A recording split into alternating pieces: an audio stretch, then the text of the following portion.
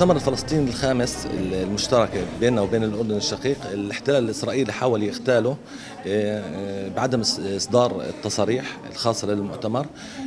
قمنا كنقابة بتقديم تصريح حسب الموعد المحدد من وزارة الشؤون المدنية قبل شهر ونص.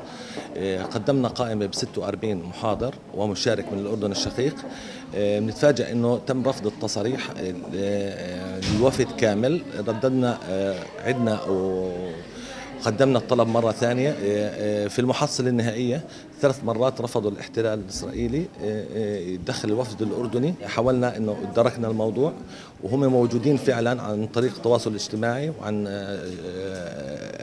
على السكايبي. المحاضرين الأردنيين اللي كانوا المفروض أنهم يجوا يلقوا محاضرات بيننا ويشرفونا. تعمد الجانب الإسرائيلي لعدم منح تصاريح دخول لأي فرد من أعضاء وفدنا حال دون وجودنا بينكم على الأرض المقدسة الذي كان له في لحظة من اللحظات حلما يراودنا ولم يكتب له التحقيق، مما سبب لنا شعورا بالإحباط وخيبة الأمل. ولكن شاءوا أم أبوا سوف ينجح هذا المؤتمر بوجود الأشقاء الفلسطينيين وكوادر اللجنة العلمية التي استطاعت الوصول.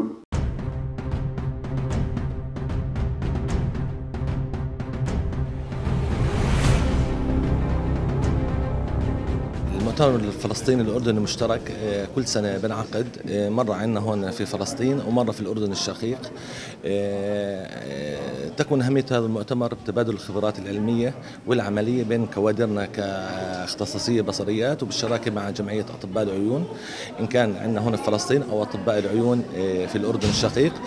طبعا احنا بنستعين في خبرات علمية وعملية من الخارج. هذا المؤتمر كان ميزته وعنوانه انه تعزيز تطوير مهنة البصريات في فلسطين، لهيك احنا اضفينا على هذا المؤتمر انه أحضرنا محاضرين أجانب من بريطانيا وإيطاليا حتى يعطوا ورشة عمل عن العدسات اللاصقة متعددة الأبعاد. هاي العدسات اللاصقة متعددة الأبعاد بتتيح للمريض أنه يستغني عن النظارتين، نظارة للبعد ونظارة للقراءة. إحنا حاليا لا ما دخلنا هاي التقنية، إحنا أعطينا البيسكس الأساسيات لهاي العدسات اللاصقة المالتي فوكال، وبناء عليها إن شاء الله راح يتم اكتساب الخبرات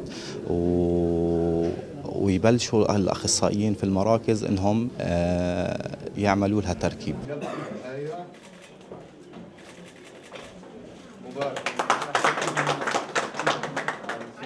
طبعا هم مستوردين محليين فلسطينيين، طبعا ما في عندنا بضائع إسرائيلية، كلهم منتجين بيستوردوا من برا وبتفوت البضاعة، فنواكب أي موديلات جديدة. فكل سنة بنعمل هذا المعرض أساس الجميع الأخصائية موجودين ويتعرف على جميع الموديلات، إن نشمل جميع أنحاء الوطن في بقعة معينة. في عندنا عدسات طبعا جديدة دخلت اللي هي عدسات الليزر، آخر فترة دخلت اللي هي حماية من الأشعة الزرقاء.